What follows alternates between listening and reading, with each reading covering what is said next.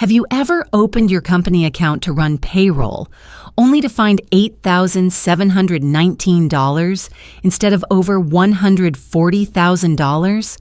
That's what happened to me. I thought it was a glitch, but it wasn't. The transaction log showed it clearly. $134,000 transferred by Authorized Temporary Access, Rachel Linwood, my mother. She used my emergency access while I was recovering from surgery to pay for my sister's tuition. No warning, no permission, just gone. I'm the founder of this startup. I built it from scratch, pitched investors, grew a team, and launched a product. This video isn't just about betrayal. It's about what happens when family crosses the line and how I fought back. You'll see the actual texts, the legal advice I received, and the NDA they tried to make me sign to bury the story. If you've ever been taken advantage of in the name of family, this video is for you. Because silence isn't loyalty, and sometimes love means saying, not anymore. Before we dive into the story, let me learn a bit about you. If you're a charming lady, please leave the number 1 in the comments. And if you're a dashing gentleman, leave the number 2. This way, I can send you a special greeting. Now, let's start the story together. I opened the company account to run payroll, not to catch my breath. But the moment I saw the number, it felt like the air got sucked right out of the room. $8,719.34. I blinked. It should have been over $140,000. A sticky note clung to the edge of my monitor like it was trying to help. Submit invoices by 3 p.m. But everything else disappeared from my view except that number. I refreshed the page twice. Still there. Still wrong. Rachel, Jamie called across the table without looking up, tapping on her laptop with one hand while sipping espresso with the other. You okay? You look like someone erased your face. I couldn't speak yet. I just turned the screen toward her. She stopped typing. Is that our account? I nodded slowly. She leaned forward, frowning. That's not possible. We had, $134,000 in there? Last week, yeah.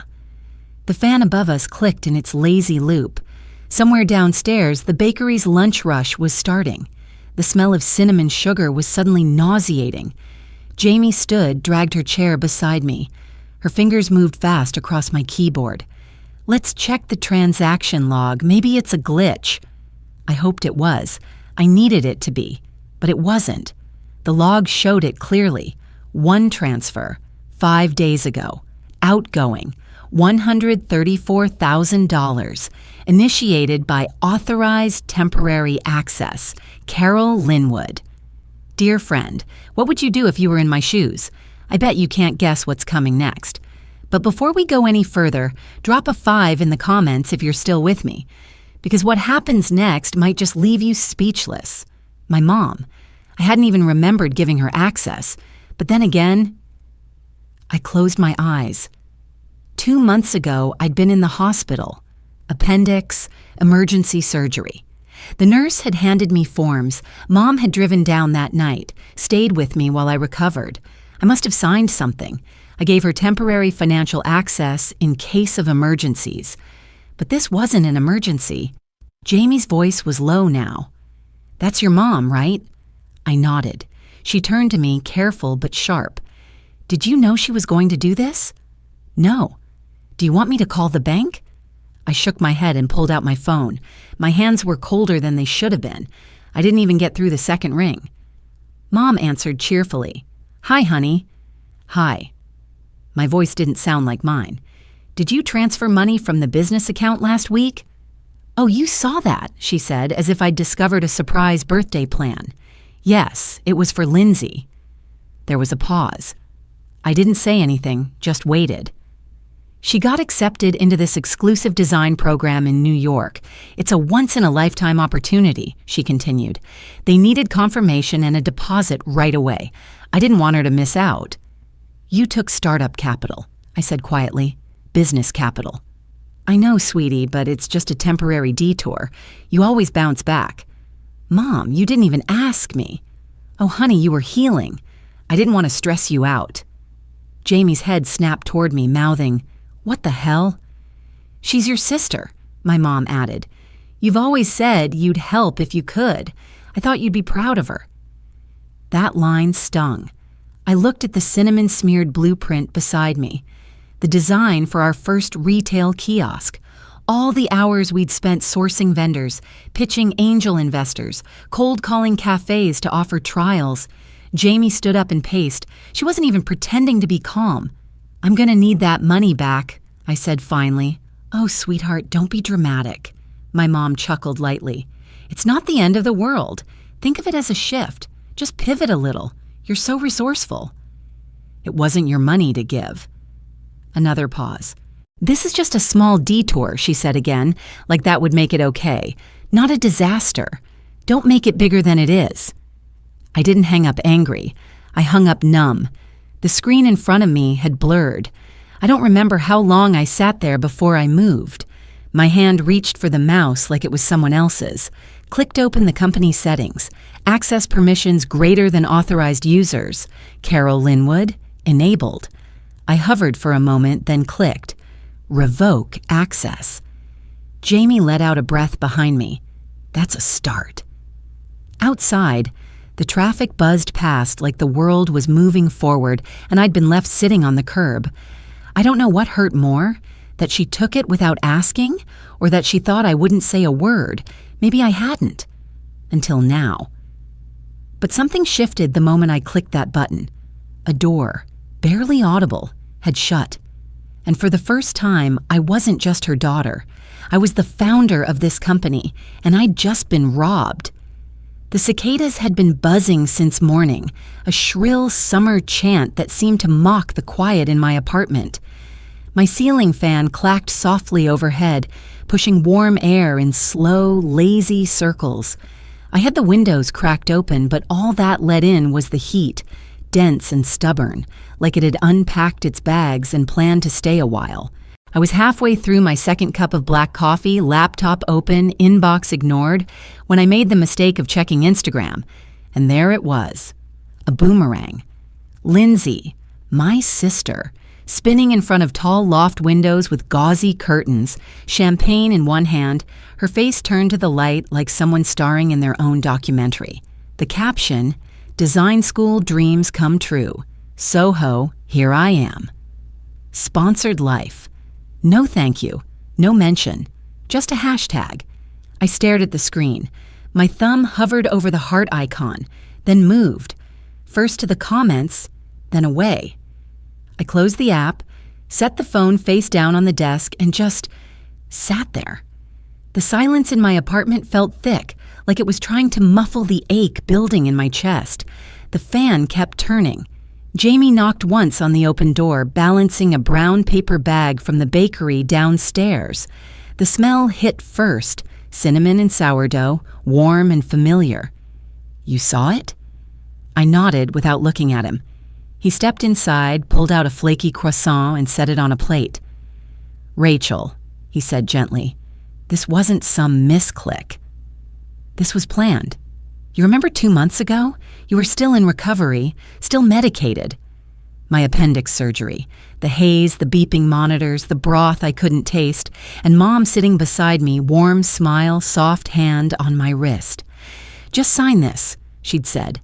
Temporary access, just in case something comes up. And I had signed. I pulled my knees up onto the chair, hugging them. The hoodie I wore, Lindsay's old one, the one she gave me in high school, smelled faintly of old detergent and cinnamon. She'd drawn a small star inside the collar, next to the words, "To Rach, CEO in training." I used to wear it during late-night work sessions, when the only thing keeping me awake was cold coffee and Jamie's sarcastic commentary. I tugged the sleeves over my hands. They didn't quite reach anymore. "I keep telling myself she didn't know," I whispered, "that maybe Mom did it without telling her." Jamie didn't answer. He didn't have to. After he left, I sat with my thoughts for a while, letting the room hum around me. The piano playlist I'd left running in the background shifted songs, the soft chords not nearly enough to still my heartbeat. The sun burned outside, and the air inside pressed in close. The voicemail came while I was cleaning out the top drawer of my desk. Aunt Valerie. I hadn't heard from her in nearly a year. Her voice crackled faintly. "Rachel, honey, I heard what happened." A pause. "They did this to me too. Years ago. Sold my car while I was away at college. Said it was a family decision. That kind of silence. They count on it. They expect us to swallow it, but don't. Don't stay quiet, please." I didn't delete it. I played it again. Her voice was like sandpaper, rough, familiar, real. That was what pushed me. I stood, crossed the room, and opened the closet. Behind my winter coats and a half-deflated air mattress, I found it. The shoebox. Its lid was taped shut with yellowing Scotch tape, corners soft from years of being shoved out of sight. I peeled it open. Inside, receipts, notebooks, sticky notes from our earliest days, a napkin with our first logo idea, written in blue ink during a cafe meeting that ran 3 hours long, handwritten budgets, scribbled to-do lists, screenshots of grants we never got but tried for anyway. The scent hit me. Paper warmed by sunlight, the faint tang of hot printer ink. It smelled like effort, like sacrifice. I sat on the floor, flipping through each page slowly. Every line was a memory, a reminder. This wasn't just a business. It was mine, built bone by bone from nothing. My phone buzzed, a group text from Mom. "Let's not make this dramatic. Family over funds. Let's talk soon." That heart emoji felt like salt. My jaw tightened. My hand clenched around a Post-it note from 3 years ago that read, "Make it count." I looked over at the hoodie in the laundry basket, still soft, still hers. I picked it up, held it, then walked to the hall closet, stuffed it into the donation bag I'd been meaning to take out for weeks. I didn't hesitate. Back at my desk, I opened my laptop. A new email draft to Lindsay stared back at me. I typed, "Was it worth it?" Then deleted it. I closed the laptop. My hand reached into the drawer beside me. Tucked beneath a stack of old tax returns was the card Jamie gave me years ago. I remembered the day. He handed it over after we nearly lost a grant. "Just in case," he'd said. I ran my finger over the lettering. Marcy Fields, Esquire Business and Trust Law, downtown Austin. I picked up my phone, entered the number. I didn't press call. Not yet. Outside, the cicadas sang louder, and inside, for the first time in weeks, I listened. The air in Nora's office smelled like fresh paper, lemon wood polish, and something else I couldn't quite name. Something that felt like anticipation wrapped in old tension. Or maybe it was just me, sweating through the back of my blouse and trying not to fidget with the frayed corner of the manila envelope in my lap. Downtown Austin shimmered outside the wide window behind her desk. The heat bounced off the sidewalk in waves, distorting the world just enough to make everything feel slightly unreal. I had walked here, stupidly, thinking the breeze would help clear my head. It didn't. By the time I arrived at the law firm, third floor of a refurbished brick building wedged between a frozen yogurt shop and a boutique pet bakery, I was already regretting everything. My choice of shoes, my courage. The idea that this meeting might change everything. Nora Campbell didn't smile when she greeted me. She was one of those women who didn't waste time with performative warmth. She offered water, motioned to a seat, and opened a leather-bound notebook in one fluid movement. "So," she said, adjusting her glasses, "tell me what you've got." I opened the envelope and spread everything on the table between us. Receipts, copies of bank statements, the signed temporary access authorization, sticky notes I had scanned for clarity, Jamie's annotations on the margins. "I gave my mom access," I said, forcing the words out slowly, "while I was in recovery, for convenience. She said she'd only use it if absolutely necessary." Nora nodded, her pen already moving across the page. "And she transferred funds to her personal account," I said, $134,000 to pay for my sister's tuition at a private design academy in New York.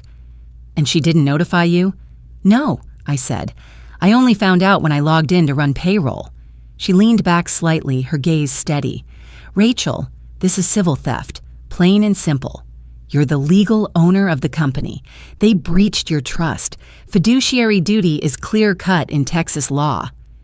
The word theft sat between us like a stone dropped into still water. I had thought it myself.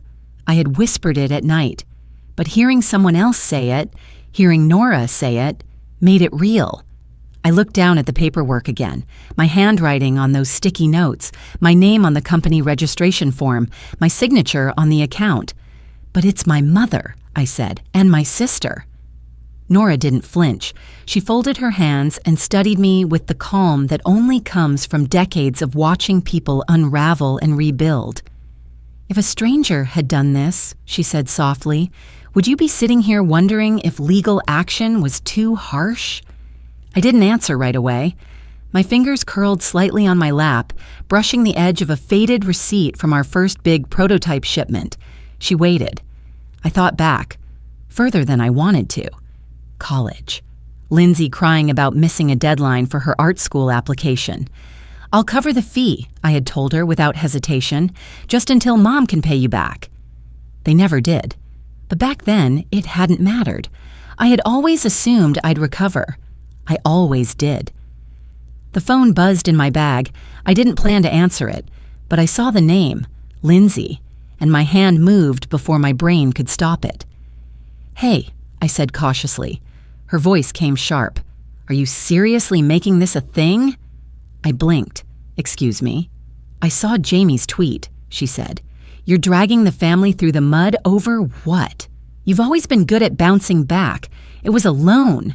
"No," I said, my throat tightening. "A loan is something you ask for. This was theft." She scoffed. "Wow, okay. Dramatic, much?" The line went quiet for a second, then she added, almost like an afterthought, "Mom said you'd understand." I hung up. My fingers shook, but only for a moment. I placed the phone face down and met Nora's gaze. Something inside me clicked, not like a snap, but like a slow, clean lock falling into place. "I want a file," I said. She pulled a form from her drawer and slid it toward me. "Engagement letter. This just says, I represent you. Once signed, we'll file notice, draft a demand letter, and begin formal proceedings." I picked up the pen. My hand didn't shake this time. As the pen met the paper, something inside me stilled. I wasn't doing this because I wanted revenge. I was doing it because I needed to stop the pattern of pretending things were fine, of excusing pain because it came dressed in family. I signed. Outside, the sun scorched the sidewalk and made the shadows sharper. But inside that office, in that moment, I felt clarity. Nora nodded once, professionally. "I'll keep you posted." As I left the building, my blouse sticking slightly to my back, I remembered the small cactus Jamie had given me last year. "Low maintenance," he'd said. "Just like you when you're focused." That night, I moved it to the sunniest spot on my windowsill. Its roots had grown deep, even in a small pot. The next morning, a knock on my door. FedEx envelope, certified mail, inside a proposed settlement offer, and one line bolded in the middle. Mutual non-disclosure agreement required prior to further discussion. I set the letter on the table. My coffee went cold beside it. They weren't trying to fix it. They were trying to bury it. And this time, I wasn't going to let them. The thing about betrayal is, it's never accidental. It's a decision made in full knowledge of who you are, of what you've built, and of how much it would cost to break you. By late September, my apartment no longer felt like a place to rest. It had turned into a war room. My dining table was buried under legal pads, folders, and color-coded sticky notes. A whiteboard leaned against the bookshelf with dates circled in red and legal terms, scrawled like battle plans. My favorite reading chair had been demoted to supporting a cardboard box labeled Exhibit A through G. Even the air felt different, charged, restless, as if the walls themselves were bracing for what came next. Nora sat at my kitchen table, sipping from her usual thermos of strong black coffee. Her glasses were pushed halfway down her nose, and she wore a blazer over jeans like she always did when she meant business. She didn't look tired, but she didn't smile either. "They're going to minimize everything," she said, flipping through the folders. "Your leadership, your work, your emotions. That's what happens when people are used to taking advantage of you. Stay centered, Rachel. Stick to facts, short answers, and don't let them bait you." I nodded, fingers twisted around the hem of my sleeve. The early fall air drifted through the cracked window, carrying the scent of dry leaves and the faint buzz of a lawnmower somewhere down the street. My hands were clammy, despite the breeze. Jamie was by the counter, rifling through an old shoebox marked R2019 to 2020. He pulled out a yellowed Nordstrom receipt and frowned. "Hey, remember this?" I leaned closer. "The necklace. I got it for Mom's birthday 2 years ago." Jamie held up his phone. "Look."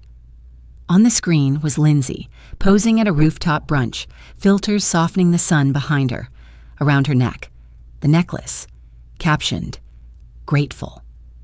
A knot tightened in my chest, not surprise, not even sadness, just clarity. "She never even liked that style," I whispered. Jamie exhaled, setting the receipt gently on the table. "They're not being sloppy, Rach. They're being deliberate." I didn't answer. I didn't need to. The deposition was set for noon. The conference room was plain neutral, beige walls, fluorescent lighting that made everyone look pale. My father was already seated on the far end when Nora and I walked in. His posture was perfect, his tie straight, his expression blank. He didn't look at me. The attorney started the questioning. Standard, emotionless. My father's responses were short, his voice flat. "Did you authorize the transfer of funds?" "No." "Were you aware your wife had financial access?" "Yes." "Did you attempt to reverse the transfer or alert your daughter?" "No." Each answer fell like a weight, dull and heavy. I studied the back of his hands, freckled with age, the faint white scar from when he cut them fixing the back gate. They didn't move, not once. Outside, the sun was sharp, casting long shadows across the pavement. In the car ride home, Nora didn't speak until we reached a red light. "She'll reach out again," she said softly. "She's hoping you'll still choose silence." Sure enough, a message waited on my phone as soon as I stepped inside. "Carol, let's not air dirty laundry. It's not too late to fix this quietly. You don't have to ruin what's left of our family." Family. The word landed like a bruise. A word that once meant safety now felt like a leash. Another message arrived, this time in the family group chat. "Lindsay, imagine suing your own family over a little cash." Yikes. There were emojis. The laughing kind. I didn't respond. Instead, I went to the desk and pulled out the folder labeled Settlement. Inside was a clean white NDA, a settlement offer that, on paper, looked generous. It would cover most of the damage. It would buy silence, permanence, closure, at least the kind my mother liked. But it wouldn't give me back what they took. That night, I couldn't sleep. I kept turning the letter over and over in my hands. My lamp buzzed faintly in the corner as shadows danced across the ceiling. I thought about the things I never said. The time I paid Lindsay's college application fees and told Mom not to worry. The way she hugged me and said, "You always know how to handle hard things." And then walked away, relieved. At 2:17 a.m., I got up and moved the cactus Jamie gave me into the sunniest spot in the apartment. Its small roots had begun to grip the soil in ways I hadn't expected. Growth takes time, but some roots deepen after they're cut. The next morning, Nora returned, holding a fresh coffee in one hand and a different folder in the other. "You've got 2 roads," she said, setting both on the table. "One ends quietly, NDA, money, closure on paper." She tapped the second folder. "The other goes to court. It's longer, harsher, public, but it's your voice. No edits." I looked between the 2 stacks of paper. then down at the line where my signature was supposed to go. What kind of peace was silence? Later that day, I found a plain envelope in my mailbox. No return address, just neat looping handwriting I hadn't seen in years. It was from Aunt Valerie. Inside was a single folded note. "You're not just doing this for you," it said. "You're breaking the cycle." I held the note a long time. Long enough for the sun to move across the floor, long enough for the hum of the refrigerator to feel deafening. Then I looked back at the NDA and finally said the words, out loud and steady, "Let's go to court." The courtroom was silent, but my heartbeat? Thunder in my chest. I sat at the witness table, palms flat against the cool oak surface, steady but sweating. Nora's voice was calm beside me, methodical as she reviewed the exhibits for the judge. Exhibit A through G, all carefully numbered, collated, and hole-punched, lay between us like chapters of a story I never wanted to tell. The judge, older, unreadable behind wire-rimmed glasses, looked from me to Carol. "Proceed," he said, and that's when I stood. I'd practiced this testimony in the mirror. I'd whispered it while walking around the block at midnight. I'd edited it a dozen times in my head. But no amount of rehearsal could have prepared me for the way my mother looked at me now, like a stranger, like she couldn't recognize the woman standing across the courtroom. "My name is Rachel Linwood," I began, voice low but clear. "I am the co-founder and legal owner of Linwood & Chen's studio. 2 months ago, I discovered that $134,000 had been withdrawn from our business account under a temporary financial authorization signed while I was recovering from emergency surgery." I paused, glanced at the judge, then down at the paper. That authorization was intended for urgent business continuity, not to fund my sister's personal tuition at a private design institute in New York. I passed forward the screenshots. Transaction records, email chains, text messages. The one that read, "She'll be fine." She always bounces back. That one got a flicker of recognition from Carol, but no remorse. I caught her tightening her jaw, eyes flicking away from the evidence like it might burn. Then came her turn. Carol walked to the front like she was heading into church, poised, polished, wrapped in a deep navy cardigan that softened her frame. She opened with a practiced smile. "Your Honor, this is a family misunderstanding. It's not theft. It's support that got miscommunicated." She never once looked at me as she spoke. My daughter has always been independent, capable. We thought of this as a temporary redirection of resources. Our younger daughter, Lindsay, was presented with a once-in-a-lifetime opportunity. Nora didn't blink. "And did you consult Rachel before transferring the funds?" Carol hedged. "She was recovering. We thought it best not to stress her. We were trying to keep the business stable and the family intact." The judge nodded slowly, lips thin. Understood. The ruling didn't come with dramatic fanfare.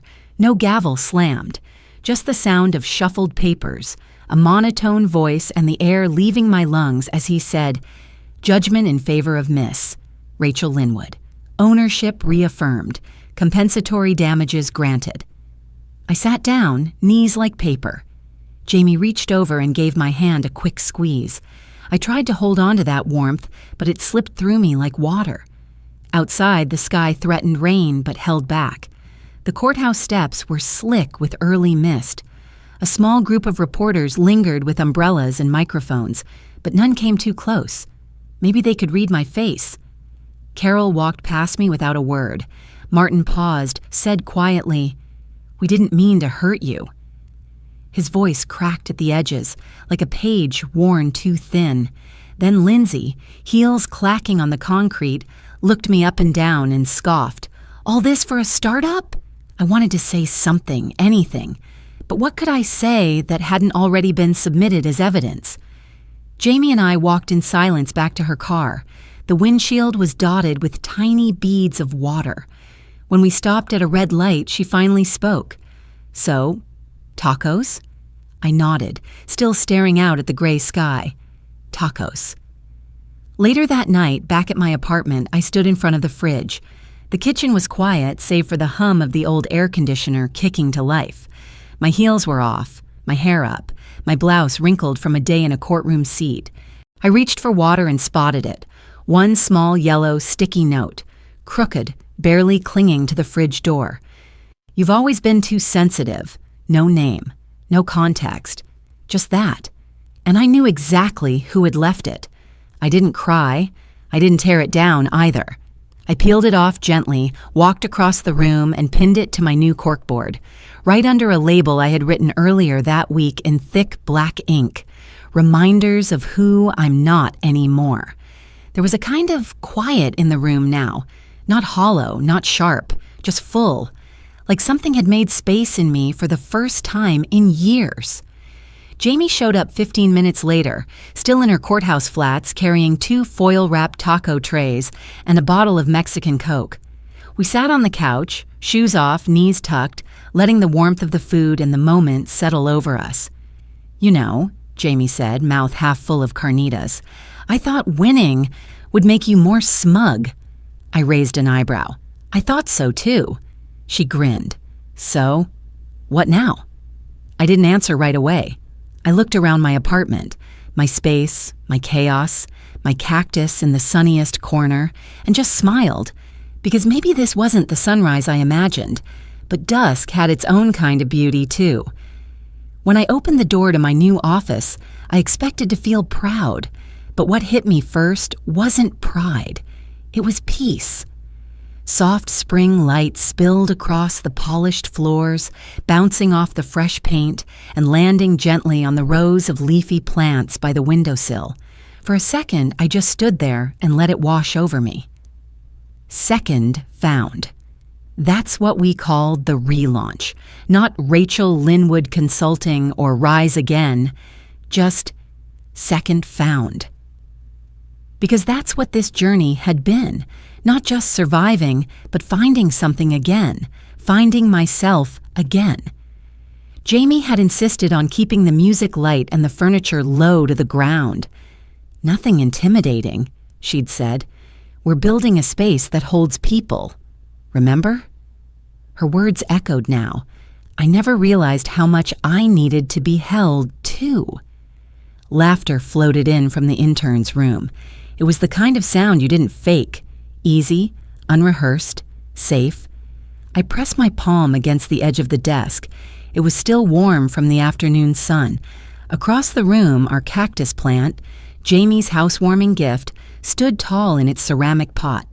For the first time since I brought it home, a small flower had started to bloom. Aunt Valerie flew in from Oregon for the soft launch. She wore her usual wide-brimmed hat and carried a tote full of baked goods. "You're the first in our family to fight back," she said as we sat near the window with muffins and tea, "and the first to land on your feet without asking permission." I didn't cry, but something in me softened. Not all roots strangle, some heal. That afternoon, an email arrived from my mother. Subject line, "Still your mother." No message, no apology, just that. I hovered over it for a moment, then clicked, "Mark as unread." Some wounds don't bleed anymore, but they don't need to be poked either. Later, I saw Lindsay had posted another quote on her stories. White text on a black background. "Real family supports without question." No tags, just passive enough to be loud. I closed the app without flinching. I had finally learned that silence didn't mean defeat, it could mean choice. One of the interns, a quiet girl named Talia, stopped by my desk before leaving for the day. "I never thought someone like me could work somewhere like this," she said. Her eyes were wide, nervous. I smiled. "Me neither," I told her. "But here we are." Jamie walked in a few minutes later with 2 iced coffees and a box of office supplies. "You've built more than they ever imagined," she said as she handed me a drink. "That's the best answer you could have given." I nodded, but I already knew. That evening, I filmed a short video for our website. Nothing polished. Just me, in the office, the sun low and golden behind me. I looked into the camera and said, "Boundaries aren't bitterness. They're architecture, and I'm a builder." I paused. Let the silence fill the screen. Then I turned off the camera. The room was quiet again, just the hum of the air conditioner and the distant rhythm of shoes on sidewalk. I wasn't just back. I was better. Looking around that quiet, sunlit office, I didn't feel victorious. I felt grounded. What I built wasn't revenge. It was a home for the version of me they never saw. Sometimes, family doesn't end in blood. It begins in boundaries. And maybe love isn't measured by how much we give, but how gently we learn to protect what we've already given. In this life, healing isn't loud. It grows quietly like roots under stone. If this story touched a part of your own, I'd love to hear how you reclaimed something meant to be yours. Feel free to share your thoughts, because stories like these deserve to be heard. And if this story touched your heart, give it a thumbs up and subscribe for more stories about resilience and hope.